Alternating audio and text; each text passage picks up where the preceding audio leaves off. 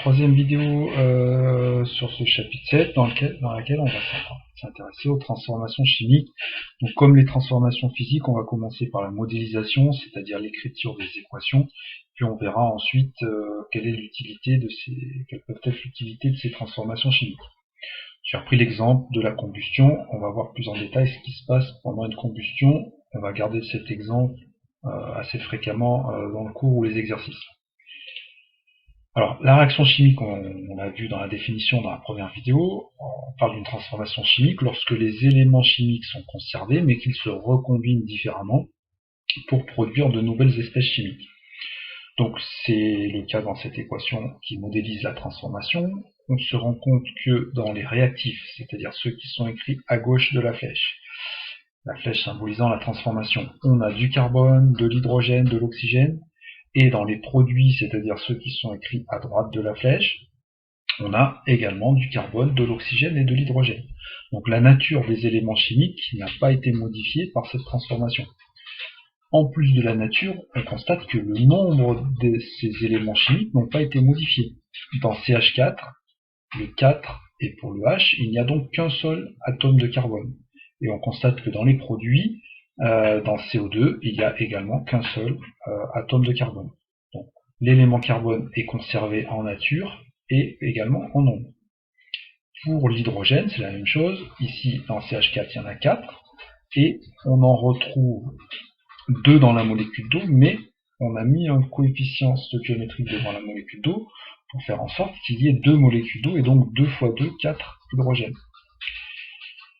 Donc l'élément hydrogène est conservé en nature et en nombre, et idem pour l'oxygène. Dans le dioxygène, il y a 2 oxygènes, et on a mis un 2 devant cette molécule d'oxygène pour avoir 4 atomes d'oxygène, que l'on retrouve ici, 2 atomes d'oxygène ici, et 2 fois 1, qui font également 2, donc 4 en tout avec CO2.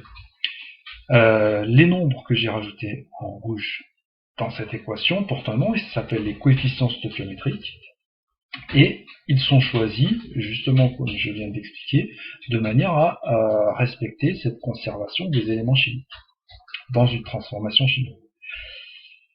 On va voir que, au-delà d'équilibrer les équations de réaction, ces coefficients stoichiométriques ont une autre utilité. On va détailler un petit peu plus loin. Comme pour les changements d'état, c'est-à-dire pour les transformations physiques, on peut parler d'énergie pour les transformations chimiques. Ces transformations peuvent être exothermiques, c'est-à-dire que c'est elles qui vont libérer de la chaleur en direction de l'extérieur. C'est le cas par exemple des combustions. Combustion du bois ici, cette combustion peut servir à chauffer l'air ambiant, donc cette transformation chimique libère de l'énergie en direction de l'extérieur. A l'inverse, une transformation chimique peut avoir besoin d'énergie venant de l'extérieur pour se réaliser. C'est le cas ici d'une électrolyse, l'électrolyse de l'eau, qui permet par exemple de produire des piles à combustible. On a besoin d'énergie électrique, grâce à un circuit électrique, pour réaliser la transformation chimique qui se produira ici dans l'eau. D'après le programme de seconde, vous avez à connaître différentes équations chimiques par cœur, les connaître, savoir les équilibrer, les reconnaître. Donc, je les détaille ici dans cette diapositive. Vous avez la combustion du carbone, c'est-à-dire du charbon, C plus le dioxygène de l'air qui se transforme en CO2. Vous devez connaître également la combustion du méthane. Le méthane, c'est cette molécule-là, CH4, plus le dioxygène de l'air donne CO2 plus H2O avec les coefficients stoichiométriques qu'on a vu tout à l'heure, 2 et 2. La corrosion du métal fer par un acide, donc le métal fer ici c'est le fer solide qui est écrit au niveau de l'équation. L'acide est matérialisé par la partie active de l'acide, ce sont les ions H+, qu'on retrouve dans tous les acides, et qui donne lieu à la corrosion du métal, donc production d'un ion métallique, ici Fe2+, et de dihydrogène. Ensuite, vous devez connaître l'action d'un acide, donc on va reconnaître les ions H+, sur le calcaire. Le calcaire, c'est cette espèce chimique-là, CaCO3, avec les H+, donc les ions H+, de l'acide, qui permet de décomposer le calcaire en ions Ca2+, plus du dioxyde de carbone, plus de l'eau. Transformation chimique que vous allez peut-être faire en SVT, notamment pour reconnaître les roches calcaires. Et enfin, dernière transformation à connaître, transformation chimique, la réaction d'un acide avec les ions hydroxyde. Acide H+, on reconnaît, hydroxyde HO-, simplement association des deux ions ensemble pour donner une molécule d'eau. Dans ces transformations chimiques, on va parler des réactifs limitants, et c'est là qu'on va retrouver les coefficients stoichiométriques dont j'ai parlé tout à l'heure. Au cours d'une transformation chimique, les différents réactifs, donc ici symbolisés par les lettres A et B, ne sont pas forcément placés en quantité adéquate qui leur permettrait de disparaître toutes les deux exactement en même temps. D'autant plus qu'elles ne disparaissent pas au même rythme, puisque un coefficient stoichiométrique petit a et un coefficient stoichiométrique petit b peuvent être affectés à ces réactifs, symbolisant le fait que une espèce chimique peut disparaître 2 fois plus vite que l'autre, par exemple si elle a un coefficient 2. Il est donc possible que la réaction chimique cesse parce que l'un des deux réactifs vienne à manquer.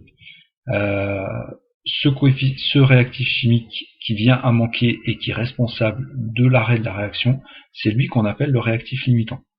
Alors on détaillera ces calculs dans une activité en classe, mais pour reconnaître d'ores et déjà le réactif limitant, sachez qu'il va falloir déterminer le rapport de sa quantité de matière en mol sur le coefficient stoichiométrique et regarder parmi les réactifs lequel a le rapport le plus petit. Celui qui aura le rapport le plus petit correspondra au réactif limitant et sera donc responsable de l'arrêt de la réaction. À quoi peuvent servir les transformations chimiques? Notamment à produire de nouvelles espèces chimiques. Alors j'ai donné quelques exemples ici à travers les photos qui sont là. L'arôme de vanille qu'on peut utiliser par exemple en cuisine peut avoir deux origines. Soit une origine naturelle, c'est-à-dire qu'on extrait l'arôme de vanille depuis la plante, c'est-à-dire depuis la gousse de vanille, mais on est aussi tout à fait capable de préparer la même molécule à partir de réactifs et en faisant une transformation chimique artificielle. Voilà, donc produire des espèces chimiques, soit pour copier la nature, soit pour innover par rapport à la nature et obtenir des molécules qu'on ne trouve pas par ailleurs. Notamment, donc là on a parlé de la cuisine, mais on peut parler des domaines pharmaceutiques ou cosmétiques, par exemple. Quand on fait une synthèse en chimie, on utilise forcément un montage qui permet de faire la transformation. On va mélanger les réactifs dans un ballon, et généralement pour que la transformation chimique se fasse mieux, on va chauffer en surmontant le ballon d'un réfrigérant pour ne pas évaporer ne pas perdre les vapeurs qui se formeraient éventuellement.